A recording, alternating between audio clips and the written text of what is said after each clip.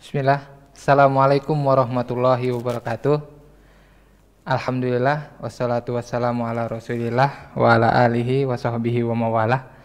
Pemirsa Wesal TV dimanapun Anda berada, bagaimana kabar Anda hari ini? Semoga sehat-sehat selalu, semoga selalu dalam lindungan Allah Subhanahu wa taala. Alhamdulillah, setelah sebulan hampir lebih kita PPKM live di Wesal TV berhenti, akhirnya hari ini kita mulai lagi live Ruqyah Syariah bersama Ustadz kita, Ustadz Husein Mubarak Hafizahullah Ta'ala. Nah, sebelumnya kami ingin menghimbau bagi pemirsa yang ingin bertanya bisa mengirimkan pesan WhatsApp ke nomor interaktif 0821 1724 7997. Nanti ketika ada hal yang ingin ditanyakan kepada Ustadz dari tema yang kita bahas hari ini, malam ini, silahkan WhatsApp ke nomor 0821 1724 7997. Sekali lagi 0821 1724 7997. Nah, tema yang akan kita bahas malam hari ini insya Allah tentang dukun, sifat dukun dan tukang sihir. Dan kebetulan Ustadz kita sudah hadir di sini, Ustadz Husein. Kita sapa terlebih dahulu. Assalamualaikum Ustadz. Waalaikumsalam warahmatullahi wabarakatuh. Kif hal Ustadz? Alhamdulillah bi khair insyaallah. Masya Allah. Sudah lama kita tidak mendengar kajian dan tausiah dari antum. Sudah pasti sangat rindu Ustadz. Maka dari itu ana tidak berpanjang lebar, tidak lama-lama, ingin langsung mendengar kajian ini langsung dari antum Ustadz. Tafadhol Ustadz. Baik. Bismillah. Assalamualaikum warahmatullahi wabarakatuh. Alhamdulillah hamdan katsiran thayyiban mubarakan fi kama yuhibbu rabbuna wa yardah. Asyhadu an la ilaha illallah wahdahu la syarika lah wa asyhadu anna Muhammadan abduhu wa rasuluh. Allahumma salli wa sallim wa barik ala nabiyyina Muhammad wa ala alihi wa sahbihi wa sallam. Jemaah kaum muslimin, pemirsa Wesal TV yang Allah muliakan, alhamdulillah kita bersyukur kepada Allah Azza wa Jalla atas rahmat dan kasih sayangnya sehingga pada kesempatan malam hari ini atas rahmat dan kasih sayang Allah Ta'ala kita kembali bersua di udara lewat majelis yang mulia ini dalam rangka bertafakuh fiddin, mendalami ilmu syar'i. Walaupun pada kesempatan ini kita akan melanjutkan pembedahan buku yang kami tulis, yang pada kesempatan ini pula insyaallah akan kita lanjutkan pembahasannya berkaitan dengan sifat-sifat tukang sihir. Kenapa kita membahas seperti ini? Karena banyak sekali yang beredar para ustadz-ustadz tertentu berjubah, pakai peci, jenggotan, tetapi prakteknya seperti dukun. Prakteknya seperti dukun. Maka perlu kita menyebutkan sifat-sifat tukang sihir tersebut. Nah, untuk apa? Untuk kita bisa lebih kenal. Nah, sebagaimana kita jelaskan pada sebelumnya, Umar bin Khattab radhiyallahu anhu mengatakan, la ya'riful Islam ma lam ya'riful jahiliyah. Seseorang itu tidak akan mengenal Islam kalau dia tidak mengenal jahiliyah. Seseorang tidak akan mengenal sunnah kalau dia tidak mengenal yang berseberangan dengan sunnah atau bid'ah.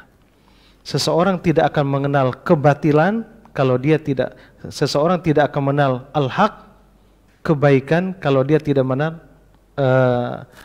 kebatilan. Seseorang juga tidak akan mengenal yang namanya pengobatan yang syar'i kalau dia tidak mengenal pengobatan yang tidak syar'i. Artinya yang mengandung syirikan, yang mengandung hal-hal yang bid'ah atau hal-hal yang bisa merusak akidah ahli sunnah, yang merusak pemahaman yang disepakati oleh ulama-ulama salafus saleh. Karena yang paling penting dalam hidup kita itu adalah bagaimana mempraktekkan Islam yang sejalan dengan sunnah Nabi SAW. Ketika ada masalah yang berkaitan dengan sihir, berkaitan dengan ain dan sejenisnya, kita kembali kepada apa yang dipraktekkan oleh Rasulullah, para sahabat, para tabi'in, dan ulama-ulama ahli sunnah yang memang mereka mempraktekkan agama yang mulia ini. Nah, terkadang berkembang di negeri yang kita cintai ini, bahkan lebih luas lagi, banyak sekali praktek-praktek perdukunan. Kalau dukun putih, kalau dukun hitam sudah jelas. Banyak orang tahu ketika praktek dukun hitam itu jelas. Mungkin barangkali mandi kembang di tengah malam. Kemudian ada persyaratan yang signifikan, kelihatannya tidak logik. Itu jelas. Tapi yang perlu kita sampaikan juga adalah ada praktek-praktek dukun seperti gaya kiai, seperti gaya ustadz. Tampilannya ustadz, sholat berjamaah di masjid, ceramah di mana-mana, bahkan ketua rombongan haji, pembimbing haji. Tapi prakteknya dukun. Jadi seperti apa sih sifat-sifat dimiliki oleh tukang sihir itu atau dukun? Tukang sihir atau dukun, karena dukun dengan sihir itu sama. Nah, kalau dukun itu jelas umum. Kalau tukang sihir seringkali menyihir, mengirim. Kalau dukun, nah bisa menyembuhkan lewat praktek dia atau bisa mengirim. Nah, berarti dukun lebih umum. Tapi kalau tukang sihir itu bisanya dia menyihir, mengirim. Tapi belum tentu dia bisa menyembuhkan, kan gitu. Secara yang saya pahami. Nah, kalau dukun kan lebih luas. Jadi yang kita sebutkan baik tukang sihir, kalau orang dukun pasti ahli sihir, kan gitu. Karena dia bisa menyembuhkan orang lewat sihir. Nah, jadi agar kita lebih mengenal, karena sihir ini berbahaya sekali. Karena lihat dari dalil-dalil Al-Quran, banyak sekali menangkal itu. Begitu dari sunnah Nabi SAW. Bahkan Rasulullah katakan dalam riwayat Imam At-Tirmidzi darinya Hasan Sahih, man atakahinan fas'alu syai' lam tuqbah lahu salatun arba'ina lailah. Rasulullah katakan siapa yang mendatangi dukun, arrafan, dalam riwayat lain adalah orang pinter, sok pinter, paranormal, bertanya tentang sesuatu, lam tuqbal, bertanya saja, salatnya tidak diterima selama 40 hari. Ini yang bertanya, Mbah, saya mau kawin, hari yang baik hari apa? Nah, bertanya. Atau seringkali dulu saya lihat di beberapa medsos, Anda kerja di darat, di udara, di mana? Ketik nama Anda, spasi pasangan Anda, spasi orang tua Anda. Nah, kirim ke ini dan itu. Nah, Anda cocok kerja di mana? Nah, itu juga. Atau kaitan dengan masalah pasangan. Ketik nama Anda, pasangan Anda, spasi ini dan itu, kirim ke ini. Nah, bertanya ke arah situ, sekalipun kelihatannya sosok kiai, kalau dia prakteknya dukun, maka ketika kita bertanya, kata Nabi SAW, sholatnya tidak diterima selama 40 hari. Ini bertanya. Hadis lain, fasaddaqahu, bertanya plus dia yakin yang dikatakan oleh dukun, maka berubah statusnya. Rasulullah katakan lam, setelah tadi tidak diterima 40 hari, tapi kalau dia yakin, kata Nabi SAW, disebutkan dalam riwayat yang beragam, yaitu laqad kafara bima unzila ala Muhammadin sallallahu alaihi wasallam, maka dia telah kufur apa yang diturunkan Nabi Muhammad SAW, berarti jauh lebih berbahaya. Ini bertanya saja 40 hari diancam tidak terima sholat, yakin yang dikatakannya itu adalah kufur. Nah, terus yang ditanya siapa? Dukunnya gimana? Berarti dukunnya jauh lebih kafir lagi. jauh dari kufur karena dia bersekutu dengan syaitan, bahkan dia yang menyesatkan umat Islam. Nah, ini harus hati-hati dan waspada terhadap mereka. Apakah mereka tidak lepas daripada mengirim sesuatu di saat seperti ini? Tetap. Maka terlalu harus waspada. Karena setan jin dan setan manusia selalu mengintai kita dimanapun kita berada. Tapi tidak perlu khawatir, kita punya Allah, kita punya akidah, kita punya manhaj yang harus kita jalankan, sehingga dari situ Allah selamatkan kita dan keluarga kita. Maka di dalam buku yang kami tulis ini ada beberapa sifat-sifat dukun, tukang sihir yang disebutkan oleh para ulama. Kami ambil dari salah satu kitab Fathul Al-Mughis fi Al-Sihir wal Hasad wal Misi Iblis, ditulis oleh Syekh Abu Ubaidah Al-Mubarak, yaitu cetakan Darul Ulum Sunnah, yaitu dari Riyadh.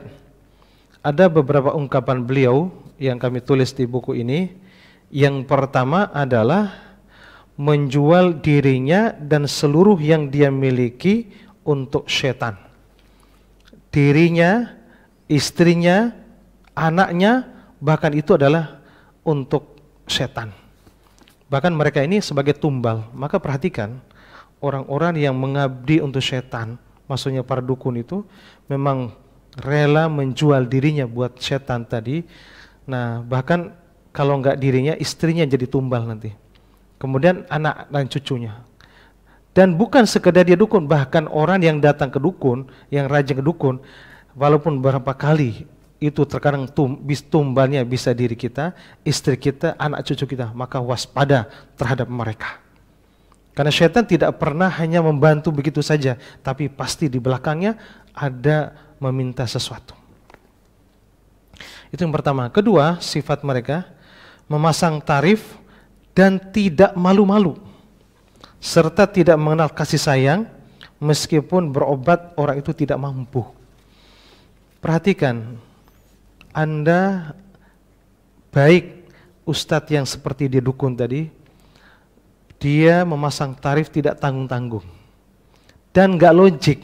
Kalau Anda datang ke dokter, dioperasi oleh dokter itu, bayarnya sekian puluh juta atau bahkan mungkin ada ratusan juta berdasarkan sesuai dengan perhitungan mereka, wajar. Karena biaya rumah sakitnya berapa, perawatannya berapa, alatnya yang memang canggih, obatnya memang ini, kemudian bayar sekian, wajar. Yang anehnya adalah datang ke seseorang itu yang kelihatan lazim bacanya pakai bahasa kita, entah ke bahasa daerah, entah ke bahasa Melayu.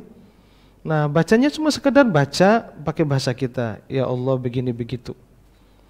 Kemudian walaupun ada juga pakai bahasa bismillahnya, ada ayatnya ini itu. Nah, anehnya adalah tarifnya begitu tinggi, sampai tarifnya Masya Allah enggak ada yang, qadarullah, kemarin saya ketemu salah seorang aparat, Ustadz pada saat mau ke situ dia minta kalau mau cepat bisa 20 juta, bisa 30, bisa 15 kalau mau cepat. Tapi kalau mau antri kali nanti 3 bulan. 3 bulan insya Allah 1,5 juta. Nah, ini sekadar doa ini. Andaikan yang datang yang cepat paket kilat itu 20 juta sehari 100 orang, berapa per hari? Kira-kira berapa? Lumayan, Ustaz. 100 orang kan cuma berapa menit? Kali 20 juta jadi berapa? Banyak, Ustaz. Intinya banyak sekali. Nah, ini bisa kaya mendadak. Nah, harta yang didapat kayak gini tidak akan berkah. Wallahi demi Allah tidak akan berkah. Karena ini menipu orang. Nah, sampai qadarullah saya sering ngajar keluar, sering dijemput oleh supir perusahaan itu. Dia cerita, saya pernah berobat ke situ, Ustaz. Berobat, ya nggak jauh dari sekitar Jakarta ini. Padahal saya tuh nggak punya uang karena sekedar supir perusahaan. Tinggal 500.000 di situ, itu dikejar oleh mereka, dikejar. Padahal berobat itu pun kata Allah setelah berobat meninggal. Nah rugi kan, bayar meninggal, syirik lagi kepada Allah SWT. Nah ini berbahaya. Jadi tarifnya tidak tanggung-tanggung. Sampai ada yang salah seorang direktur datang ke saya, Ustadz, saya pernah datang ke dukun fulan itu, walaupun dipanggil kiai, panggil ustadz. Saya datang ke situ. Ini sekali datang berapa? Ini sekitar 2010 pada saat itu. Bayangkan sekali datang 40 juta. Kemudian tambah lagi 30 juta dibuat anak yatim. Ini sebenarnya modus. Beratas anak yatim sebenarnya enggak. Nambah lagi. Ini kan enggak logik. Hanya sekedar doa-doa, mantra-mantra, tarif segitu. Ini sampai 40 juta tarif, ini enggak logik. Itu tahun 2010. Itu tahun 2010, bagaimana sekarang? Nah, waliyadzubillah. Ini kalau Anda menyaksikan pengobatan-pengobatan yang seperti mengatasnamakan Islam sampai puluhan juta tarifnya, berarti dipastikan ini enggak benar. Nah, kecuali mungkin beli herbal, beli ini herbal, lain hal. Yang ketiga, tidak pernah ada rasa takut atau kaget saat tuannya, setannya ketika muncul. Kalau kita mungkin kaget, kalau dia enggak, sosok hitam, bertanduk, giginya gede, apapun sosok yang keluar itu. Nah, pada hakikatnya setan itu memang nampaknya buruk, walaupun itu bukan wujud asli, karena tidak dijelaskan dalam riwayat wujud setan itu asli seperti apa. Ya, kalau dia nggak takut, tapi kalau bagi orang tertentu mungkin kaget. Walaupun kita orang yang beriman nggak perlu takut dengan mereka. Kalau muncul nggak perlu takut. Kalau ketika kita takut, justru dia semakin kuat. Tapi kalau kita berani, tidak gentar menghadapi dia, justru dia akan lari. Karena dia akan takut dengan kalimat Allah. Selanjutnya, tidak pernah merasa bosan bila setan itu tidak memenuhi permintaannya secara langsung, serta tidak ragu sedikit pun untuk melakukan apa saja yang melanggar agama, etika, bahkan hukum positif negara pun itu dilanggar oleh dia. Nah, Masya Allah, sampai agama pun disengaja dia berani melanggar etika-etika agama. Makanya mereka seperti jarang mandi, kemudian jarang sholat, bahkan dilarang sholat. Kalau sholat biasanya nanti kemampuan berobat situ lebih kurang. Selanjutnya, di antara sifat-sifat yang dimiliki oleh dukun atau tukang sihir itu berusaha sekuat tenaga untuk menjalankan sihirnya dengan mantra-mantra dari setan, serta tidak memikirkan dampak buruk dari perbuatannya. Dia berusaha memperjuangkan itu, bahkan ketika diingatkan justru melawan.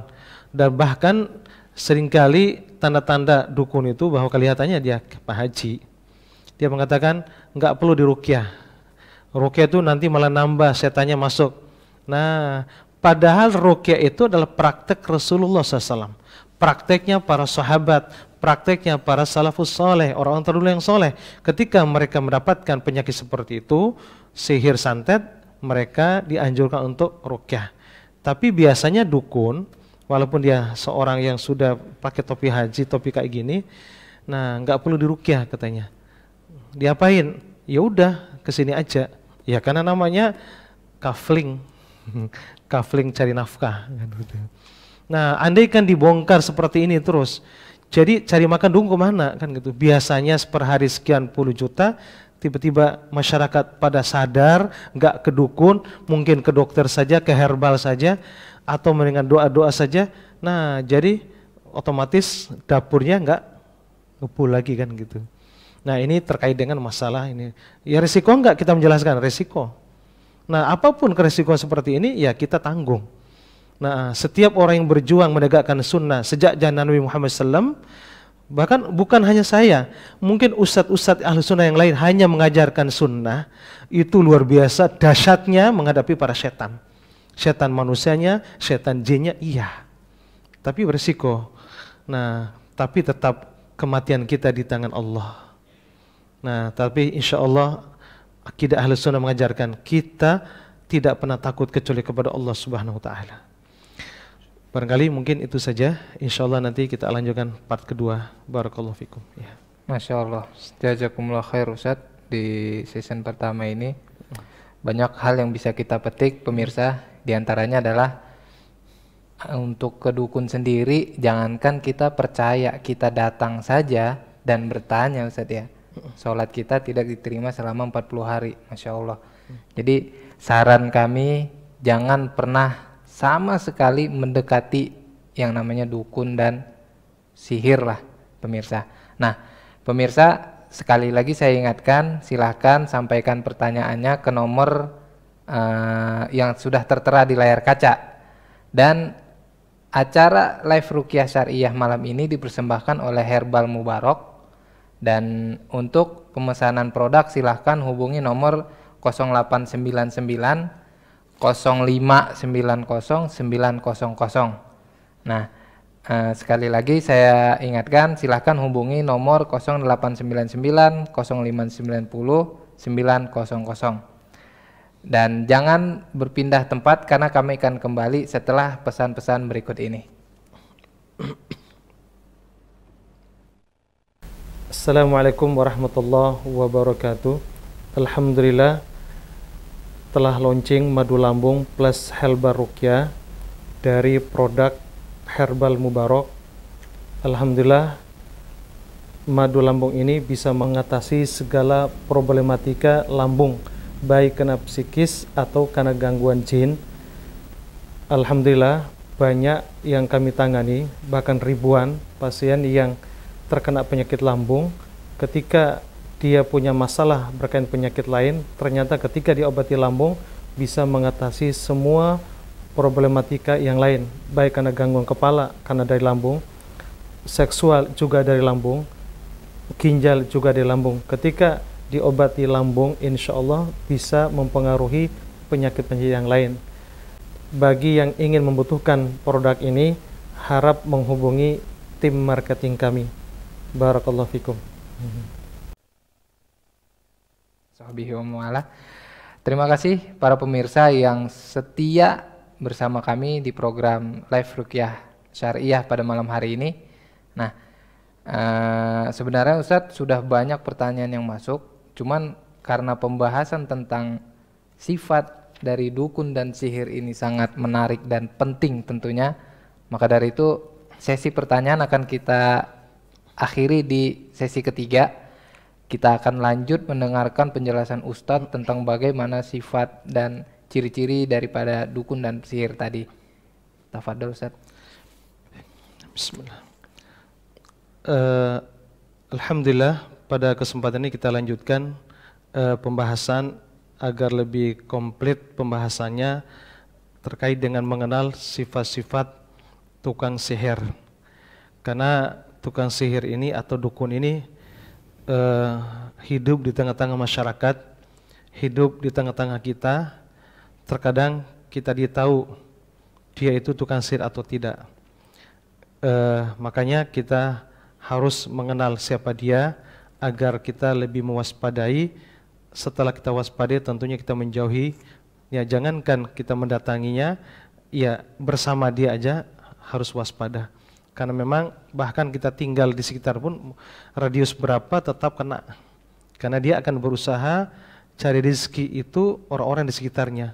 Karena mereka itu justru mereka menjalankan sihir itu di tengah-tengah masyarakat. Nah, setelah menyebarkan sihir, orang itu sakit, kemana dia? Nah, keingat ke dia. Makanya banyak kasus datang ke seorang ustadz. Ternyata kita telusuri ustadz itu cara pengobatnya nggak syar'i. Jadi setiap bulan itu kan dianjurkan datang. Nah, kebayang wajah si ustadz itu. Ustadz setiap bulan kalau saya ada saja sakit saya, selalu kebayang wajah si ustadz itu. Nah, qadarullah terjadi dialog dengan saya. Kita bacain ayat, jinnya terjadi dialog. Kenapa Anda datang ke sini? Ya saya dikirim. Karena untuk proses pengobatan ke sini dipaksa bahwa orang ini selalu membayangkan wajah praktisi itu. Nah, jadi selalu kebayang akhirnya nggak terasa kaki itu melangkah ke ustadz itu. Jadi hati-hati dan waspada pengobatan-pengobatan yang syar'i. Jangan melihat kata Pak Haji, jangan melihat kata ustadz, jangan terlalu terpukau dengan kata kiai ajengan. Tapi lihat metodenya apakah syar'i atau tidak. Kalau bertentangan dengan sunnah Nabi sallallahu alaihi wasallam, kalau hal itu mengandung kesyirikan, bersekutu dengan syaitan untuk bisa melakukan itu, maka ini perlu kita waspadai.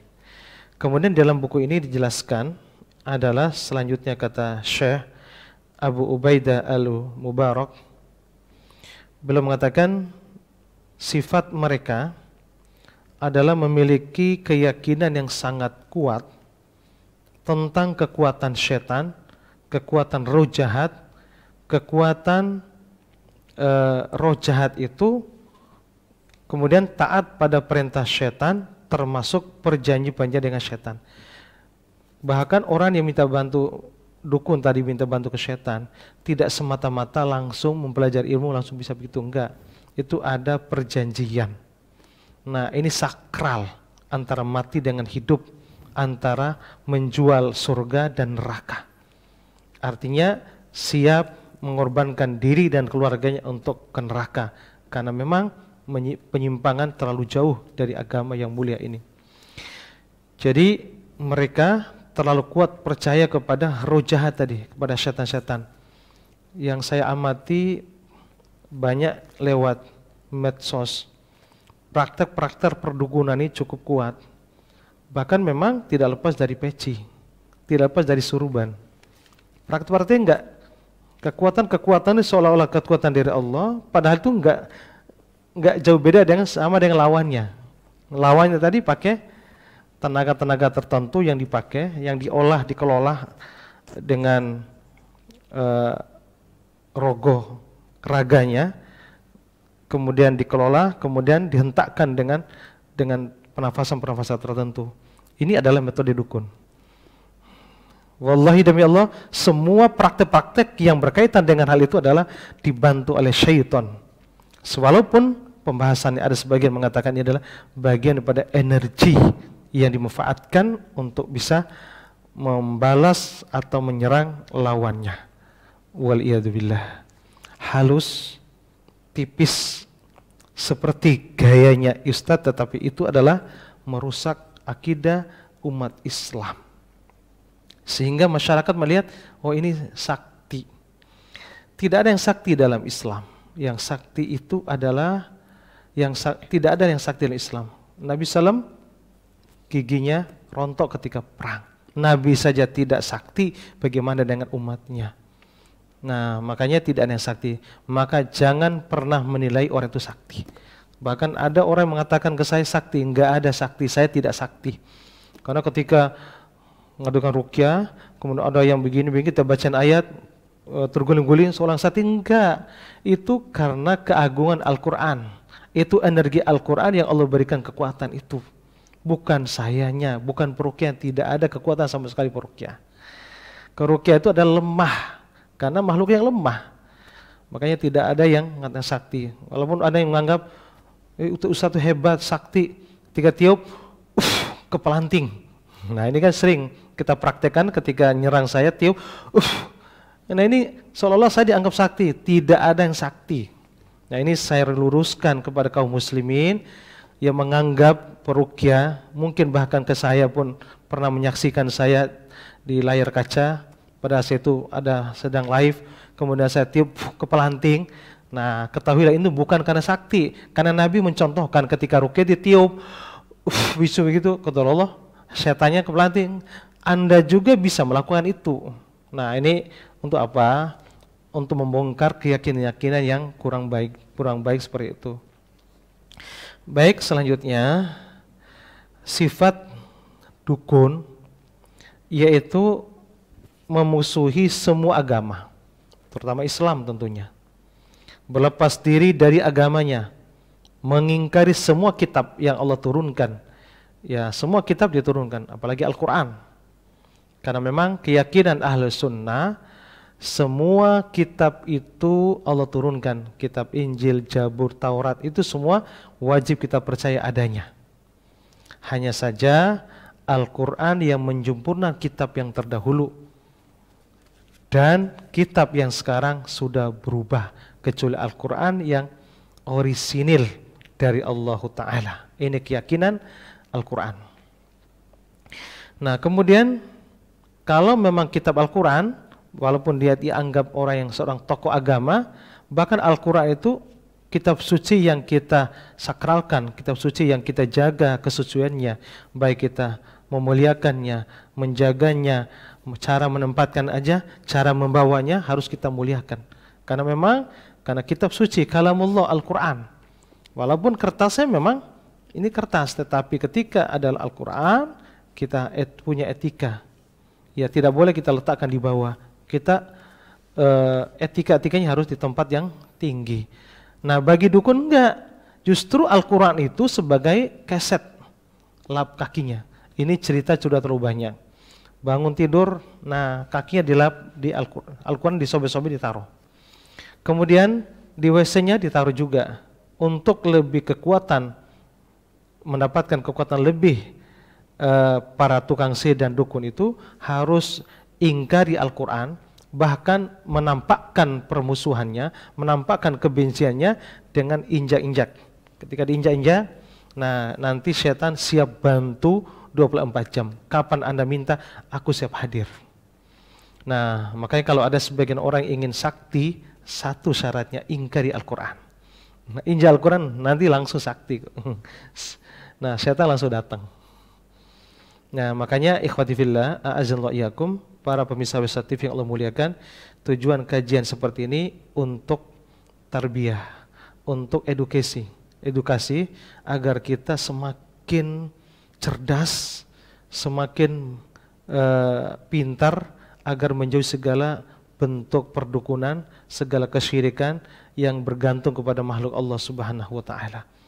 Makanya seringkali orang awam kalau lihat orang-orang yang seolah-olah sakti itu kan takut. Nah ini enggak boleh. Mulai sekarang tidak ada yang kita takuti kecuali Allah Ta'ala. Kemudian selanjutnya, mereka punya sifat siap untuk melakukan kemungkaran apa saja dengan cara melakukan perbuatan maksiat dan kemungkaran. Siap melakukannya. Bahkan para tukang sihir itu melakukan ritual-ritual tertentu kesyirikan, kemudian melakukan ritual-ritual yang tidak ada contoh Nabi SAW untuk mendatangkan arwah tadi. Nah kalau dukun hitam ritualnya jelas, kalau dukun putih ritualnya jelas juga. Ritualnya amalan-amalan yang tidak sejalan dengan sunnah dirutinkan, nah itu juga bisa mendatangkan khodam. Nah kasusnya sudah terlalu banyak. Contoh yang kita tangani, orang yang memang mengeluarkan khodam itu didapatkan dari salah wirid, salah selawat, salah zikir, salah hizib. Justru ahli sunnah menganjurkan itu semua. Selawat, zikir, amalan-amalan yang jalan sunnah dianjurkan. Tapi ketika tidak ada contoh dari Nabi SAW dilazimkan terus menerus, itu setan senang. Nah kasusnya alhamdulillah banyak para kiai, para ajengan kita yang sudah taubat kepada Allah Subhanahu wa taala. Kemudian selanjutnya kata para ulama, di antaranya Syekh Abu Ubadah, beliau mengatakan dirinya menjadi contoh manusia hina dan corok. Ya memang mereka kan agar bisa dekat dengan setan harus corok. Nah, makanya biasanya kurang bersih, mandinya terkadang kurang. Ya karena syaratnya seperti itu, harus bau, harus intinya melakukan tindakan-tindakan yang tidak lazim bagi manusia. Ya. Bahkan untuk mandi saja ya sekedar siram air. Nah, kalau pakai sabun, kalau sabun kan biasanya untuk membantu proses pembersihan. Kalau dukun terkadang enggak. Nah, kemudian selanjutnya barangkali ini yang terakhir yang dikatakan di buku yang kami tulis ini, menghabiskan kebanyakan waktunya untuk menyendiri, enggan bersosialisasi dengan masyarakat, kecuali bila ada order dari pasien untuk menyihir atau mencelakai orang lain. Nah, kita bisa lihat di medsos sekarang berkembang para dukun-dukun itu. Nah, ada sebagian yang mungkin ingin menumpaskan pedukunan itu. Ada sebagian, karena kita lihat ada beberapa praktek dukun terlalu banyak. Jadi ada teman yang dulu pernah ngisi di sini juga di Wesal, Ustadz Adam Amrullah, dulu pernah membuat tim KCR, Komunitas Cinta Ruqyah. Ternyata di Bekasi ada tandingannya, Komunitas Cinta Sihir, KCH, KCS, Komunitas Cinta Sihir. Nah, kata beliau kemarin, Ustaz Adam bilang bahwa setelah di launching dan kemana-mana KCR itu, ternyata mereka juga bikin majelis tandingan, tim tandingan, yaitu KCS, yaitu Komunitas Cinta Sihir. Nah, jamaah sekalian Allah muliakan, ya kami doakan kaum muslimin yang barangkali yang terkena santet, semoga Allah sembuhkan, semoga Allah jaga. Begitu juga saudara-saudaraku yang berjuang menumpaskan segala perdukunan, semoga Allah lindungi. Para praktisi ruqyah, para ustadz-ustadz ahlu sunnah, para masyayikh, dan saudara-saudara kita yang memang berjuang untuk menumpaskan segala perdukunan, semoga Allah lindungi, semoga Allah kuatkan imannya, semoga Allah lindungi istri dan anak-anaknya, dan juga kaum muslim yang lain yang memang barangkali qadarullah bertemu dengan hal seperti itu. Semoga Allah juga melindungi akidah-akidah kita, akidah Ahlus Sunnah wal Jamaah. Jangan pernah keluar dari akidah Ahlus Sunnah wal Jamaah. Barangkali untuk lebih jelasnya bisa dikembangkan lewat pertanyaan. Barangkali itu saja. Kita kembali kepada Arma. Ya. Masya Allah, barakallahu fikum Ustaz, jazakumullah khair. Dan dari sesi kedua ini kita dapat beberapa poin yang mungkin ini kita juga tahu bahwasanya ciri-ciri dukun itu sudah kelihatan lah, jorok ya Ustaz ya. Kemudian suka menyendiri. Kita nggak tahu posisi dukun itu gimana karena suka menyendiri ya Ustaz ya. Nah, untuk pemirsa Wesal TV yang ingin lebih tahu lagi, lebih banyak wawasan tentang perdukunan, bagaimana cara mengerti tentang ruqyah syariah, silahkan tonton YouTube Ustadz Husain Mubarak, YouTube-nya Husain Mubarak Official. Silahkan, di situ banyak bahasan-bahasan ilmiah beliau tentang ruqyah syariah, bagaimana ruqyah yang syariah dan ruqyah yang syirik. Di situ beliau paparkan lebih jelas. Nah, sebelum kita break, kita ingatkan kalau acara ini dipersembahkan oleh Herbal Mubarak. Herbal Mubarak punya produk madu lambung Mubarak. Nah, madu lambung Mubarak ini sendiri bahan terdiri dari madu murni, habatus sauda, kemudian sari kurma, kunyit, temulawak, dan ada daun bidaranya. Masya Allah ya. Nah, insya Allah pemirsa jangan kemana-mana. Setelah ini kita masuk ke sesi tanya jawab. Silahkan pemirsa yang ingin bertanya kepada Ustadz Husain, kirimkan pertanyaan Anda ke nomor yang telah tertera di layar kaca. Terima kasih. Assalamualaikum warahmatullahi wabarakatuh. Alhamdulillah telah launching madu lambung plus Herbal Ruqyah dari produk Herbal Mubarak. Alhamdulillah madu lambung ini bisa mengatasi segala problematika lambung, baik kena psikis atau karena gangguan jin. Alhamdulillah banyak yang kami tangani, bahkan ribuan pasien yang terkena penyakit lambung. Ketika dia punya masalah berkaitan penyakit lain, ternyata ketika diobati lambung bisa mengatasi semua problematika yang lain, baik karena gangguan kepala karena dari lambung, seksual juga dari lambung, ginjal juga dari lambung. Ketika diobati lambung, insya Allah bisa mempengaruhi penyakit-penyakit yang lain. Bagi yang ingin membutuhkan produk ini, harap menghubungi tim marketing kami. Barakallahu fikum. Bismillah. Alhamdulillah, terima kasih pemirsa Wisal TV yang senantiasa masih bersama kami di program Live Ruqyah Syariah. Nah, di sesi ketiga ini kita akan membacakan pertanyaan dari pemirsa yang sudah masuk melalui pesan WhatsApp di nomor 0821 1724 7997. Nah, pertanyaan pertama Ustadz ada datang dari hamba Allah di Bogor. Beliau bertanya, Ustadz, kalau si dukun sudah mati, apakah buhul atau sihir yang dulu dia kasih masih berpengaruh, Ustaz? Ya, syukron atas pertanyaannya. Sekalipun dukun itu sudah mati, namun akadnya itu terkadang ada akad jangka waktu. Jangka waktu dengan dukun itu misalnya setahun atau 2 tahun atau akadnya sampai mati gitu. Nah, tetap berjalan. Karena dukun itu mati, tapi setan yang mengabdi kepada dia, ya sebenarnya ke bahasa mereka kan setan mengabdi. Tapi hakikatnya kita yang mengabdi sama setan sebenarnya. Kalau bahasa syar'inya, dukun itu yang mengabdi kepada setan karena dia mau menuruti kehendak setan.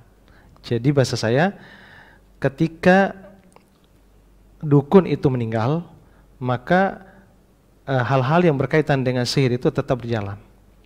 Kecuali akadnya itu 6 bulan. Terkadang 6 bulan udah selesai. Ada yang setahun, ada yang sekian, termasuk masa expire-nya kan hilang. Tetapi walaupun masa expire hilang, tetap aja dampak. Setan udah keenakan di badannya kayak gitu. Tapi kekuatannya melemah. Adapun dukun tadi hidup, ketika dia hidup tapi hanya sekali saja, kemudian kita ruqyah, kita ini biasanya terkadang melemah. Karena seringkali kekuatan sihir itu ketika diupdate. Nah, gitu. Jadi tentunya ketika dia meninggal, memang seringkali agak melemah dia. Karena pemujanya kan hilang. Iya. Nah, wallahu taala alam. Ya. Masya Allah, berarti sama seperti iman juga Ustaz ya. Ketika kita update semakin kuat juga iman kita Ustaz ya. Masya Allah. Makanya juga diperlukan pembasmian buhul juga diantaranya Ustaz ya. Ya. Nah, buhul tadi ketika buhulnya dihilangkan, nah dia cepat sembuhnya. Sebagaimana Rasulullah SAW, ketika Rasulullah SAW Allah gambarkan buhulnya di mana, diambil oleh sahabat Nabi yang mulia Ali bin Abi Thalib beserta Abu Talha, kemudian diambil, dibacakan ayat, kemudian diuraikan buhulnya, dihancurkan, seketika Rasulullah sembuh. Berarti buhul itu sangat besar peranannya. Wallahu ta'ala alam. Ya. Masya Allah. Jadi selain dari pengaruh dukun tadi, buhul juga pengaruhnya cukup besar juga pemirsa. Semoga jawaban dari Ustadz ini cukup bisa menjawab pertanyaan tadi. Dan pertanyaan kedua Ustadz, ini datang dari hamba Allah dari Medan. Ustadz, apakah peruqyah yang bisa melihat jin tidak bisa disebut peruqyah syariah? Mungkin maksud pemirsa ini mungkin dia masih bingung membedakan mana yang syariah juga Ustadz. Baik, syukron pertanyaannya begini. Peruqyah syar'i itu adalah ketika persyaratan-persyaratan yang disepakati oleh ulama itu ada, berarti dia peruqyah syar'i. Hanya saja memang ada yang jadi peruqyah syar'i itu, ada yang memang di badannya ada khodam, ada yang mungkin korban sihir. Qadarullah, jinnya masih ada di badannya, masih ada di badan dia. Jadi terkadang sensitivitasnya ada. Contohnya hawanya, oh ini ada terasa nih. Terkadang bisa melihat, kebayang sesuatu yang, nah ketika kebayang buhul-buhulnya.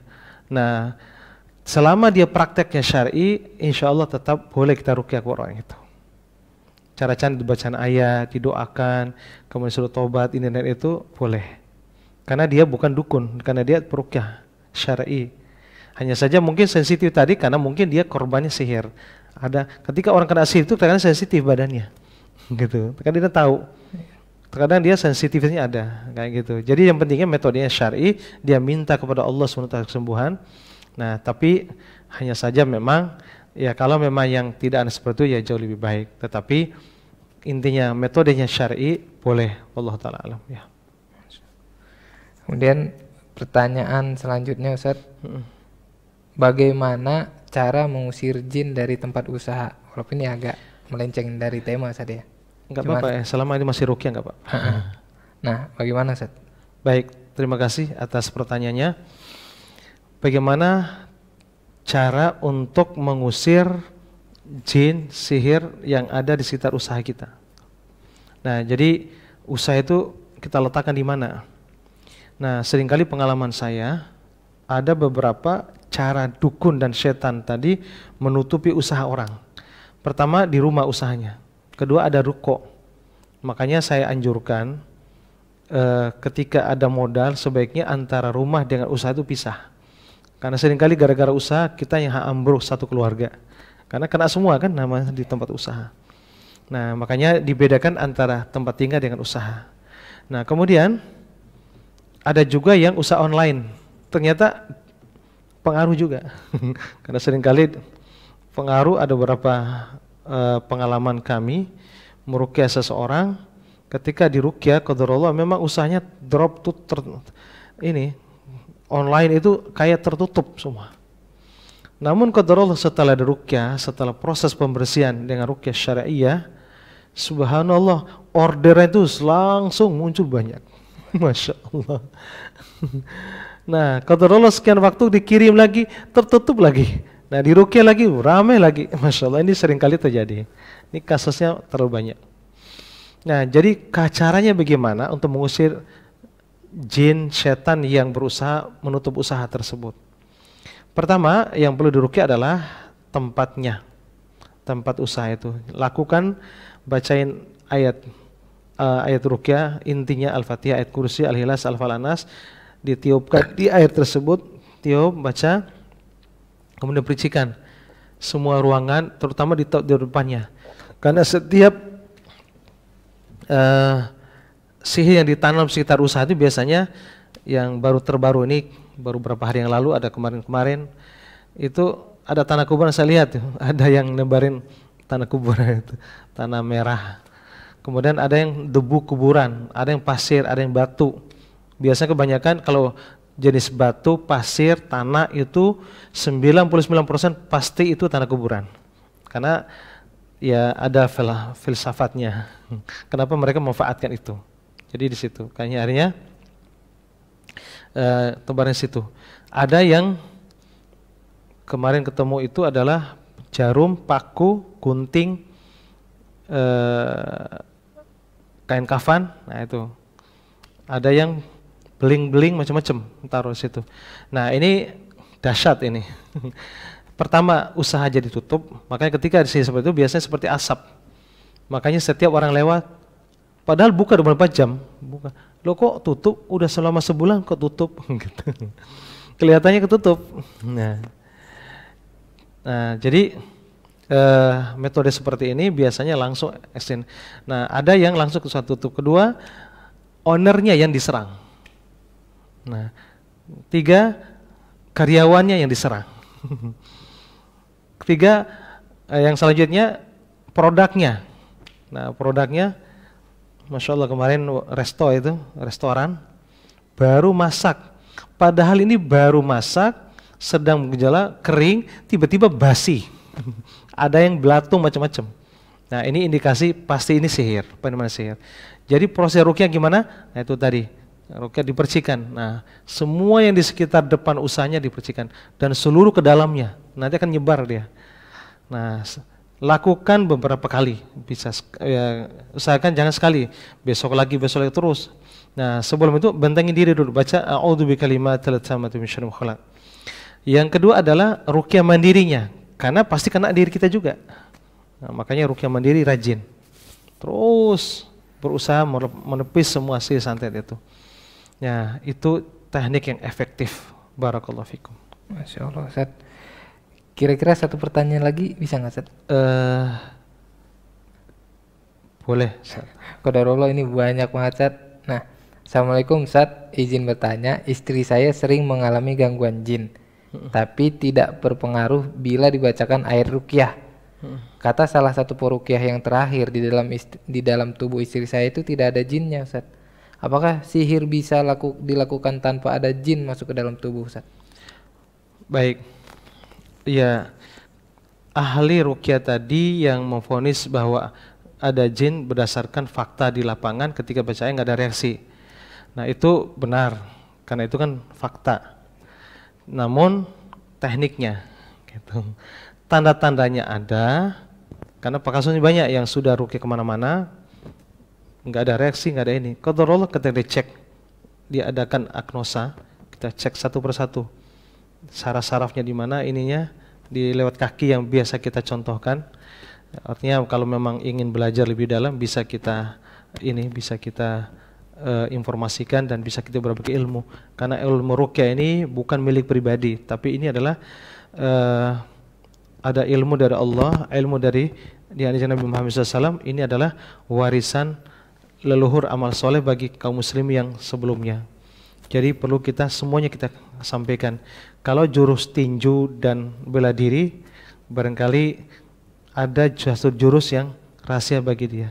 Tapi kalau untuk ruqyah enggak. Jadi ada beberapa metode yang kurang pas bagi ruqyah itu. Karena ada ruqyah mungkin bagi pemula mungkin kurang. Ada yang sudah banyak pengalaman, tekniknya sudah banyak, teknik-tekniknya. Nah, terkadang itu pengaruh. Jadi perlu dideteksi dulu ada apa. Kedua, kalau orang yang tanda-tanda ada, sementara dia hanya dianjurkan oleh istrinya saja ruqyah, nah itu enggak bakalan ada. Selama orang yang diruqyah itu tidak ada kemauan, juga tidak akan ada reaksi. Caranya adalah harus disadarkan, istrinya, suaminya disadarkan kaitan dengan pemahaman. Nah, setelah disadarkan, hatinya enak, ini dan itu, baru nanti dicek, ini ada atau enggak. Dicek, setelah dicek biasanya qadarullah banyak yang diruqyah oleh saudara kita, coba ruqyah ternyata dijinya justru banyak. Nah, jadi metode dilakukan, dicek, kemudian proses tobat dan tazkiyatun nufus, baru melakukan tindakan ruqyah. Nah, cuman yang harus kita ketahui bagi praktisi ruqyah adalah harus dipastikan orang yang diruqyah itu mau. Nah, jangan karena disuruh. Nah, itu sulit sekali untuk bisa mengeluarkan gangguan tersebut. Wallahu taala alam. Masya Allah, Ustaz, barakallahu fikum. Saya rasa kita kira cukup untuk malam ini, Ustaz. Dan untuk pemirsa Wesal TV dimanapun Anda berada yang ingin lebih belajar tentang ruqyah syariah, silahkan tonton di YouTube Ustadz Husain Mubarak Official. Di YouTube tersebut Ustadz banyak mengajarkan bagaimana cara ruqyah mandiri yang tanpa kesurupan. Jadi kita ini kadang kalau mendengar kalimat ruqyah itu suka takut ya, Ustadz ya. Wah, nanti kesurupan dong kalau di ruqyah. Ternyata tidak, karena memang kita berobat dengan Al-Quran. Jadi jangan takut dengan ruqyah. Nah, kemudian di antara cara penyembuhannya juga dengan herbal. Nah, di sini ada herbal madu lambung mubarak plus herbal ruqyahnya. Ada daun bidaranya. Silahkan, ini bisa menambah atau salah satu ikhtiar kita untuk sembuh dari sihir, dari makanan yang kita makan. Bisa menggunakan madu lambung mubarak ini. Silahkan pesan di nomor yang sudah tertera di layar kaca. Dan pemirsa juga silahkan tonton kajian-kajian Islami lainnya di channel YouTube Wesal TV. Dan insya Allah kami akan selalu hadir setiap pekan di malam Jumat di program yang sama. Dan insya Allah akan setiap malam Jumat di jam 8 malam. Insya Allah kita cukupi kajian malam ini. Kita tutup dengan doa kafaratul majelis. Subhanakallahumma bihamdika asyhadu an la ilaha illa anta astaghfiruka wa atubu ilaik. Assalamualaikum warahmatullahi wabarakatuh. Assalamualaikum warahmatullahi wabarakatuh. Alhamdulillah telah launching madu lambung plus herbal ruqyah dari produk Herbal Mubarak. Alhamdulillah madu lambung ini bisa mengatasi segala problematika lambung baik karena psikis atau karena gangguan jin. Alhamdulillah banyak yang kami tangani, bahkan ribuan pasien yang terkena penyakit lambung. Ketika dia punya masalah berkaitan penyakit lain, ternyata ketika diobati lambung bisa mengatasi semua problematika yang lain, baik karena gangguan kepala karena dari lambung, seksual juga dari lambung, ginjal juga dari lambung. Ketika diobati lambung, insya Allah bisa mempengaruhi penyakit-penyakit yang lain. Bagi yang ingin membutuhkan produk ini, harap menghubungi tim marketing kami. Barakallahu fikum.